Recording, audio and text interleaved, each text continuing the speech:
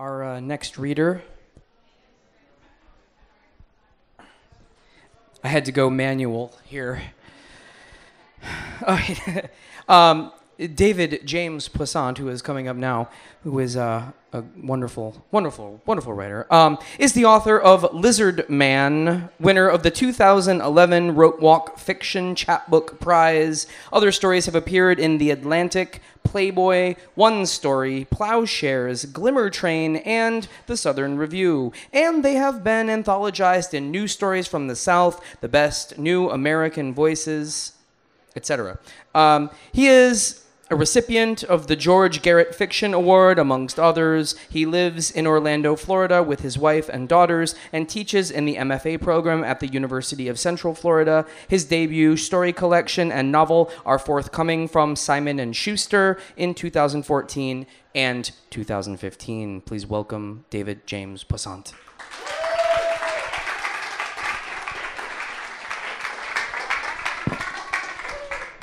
So when Jared asked if I would pinch it for Erica, I said, of course. So if you'll also picture me as a 6-foot-tall African-American woman, that'll help.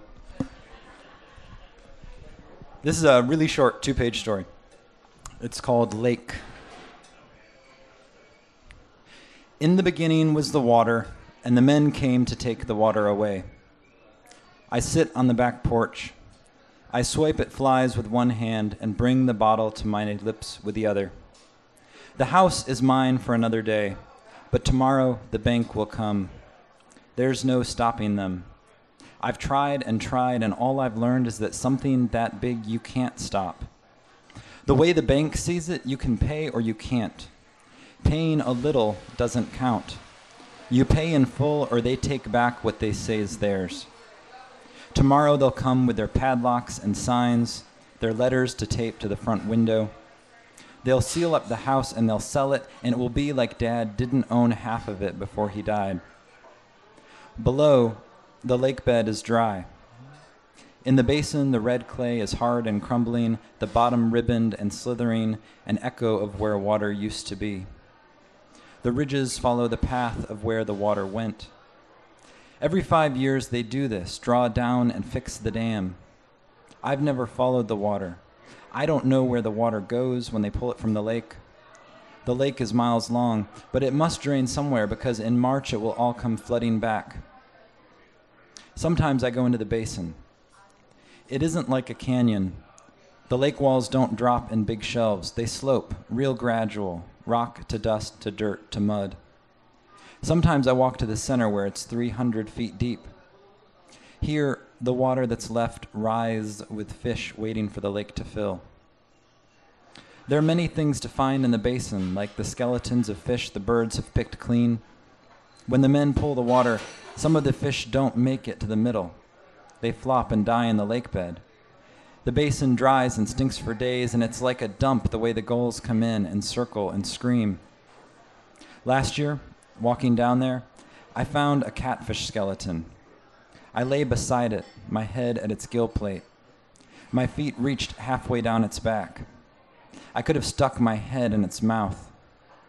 The year before, divers came to study the lake and surfaced in minutes and wouldn't go back down. Catfish the size of cars, they said, and now I believe them.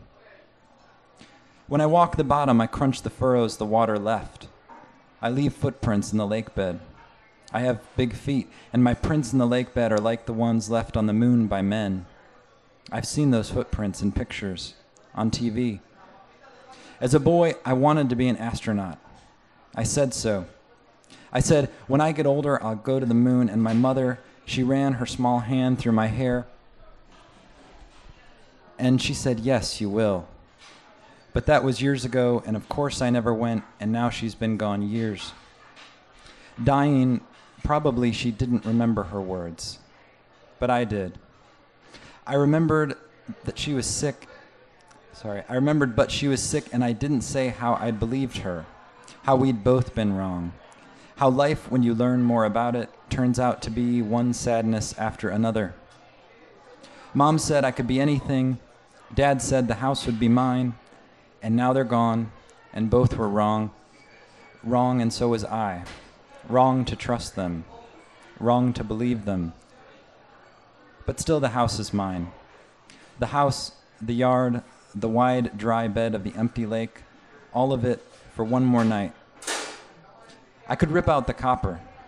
I could pull up the trim, make a few dollars. I could break windows, cut pipes, fuck the place up. I could get back at the bank, but it wouldn't make the house mine again. This way, at least, someone gets the house the way Dad wanted it. Sure, whoever buys the place will change things. Probably they'll paint the walls, they'll rip the carpet up. But I like thinking they won't.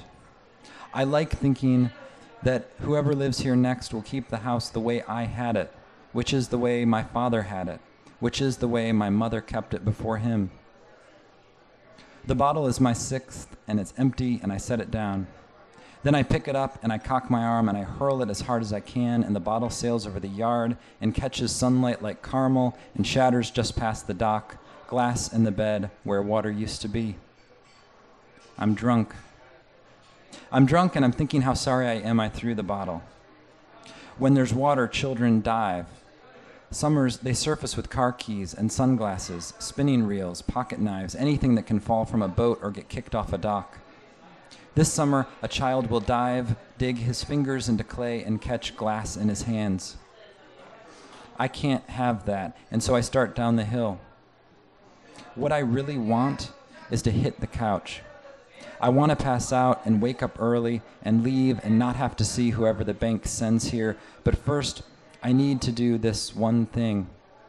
I need to walk past the dock to where the bottle broke, and I need to fix the mess I've made. In spring, the water will wet this dry crater, and then the water will fill the crater up. The water will be tan at the surface and dark at the bottom where the sunlight doesn't reach.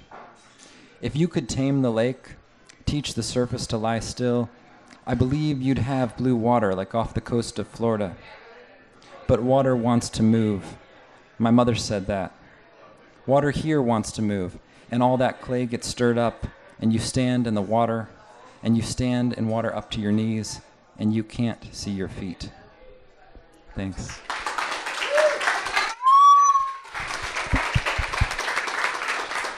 Thanks so much.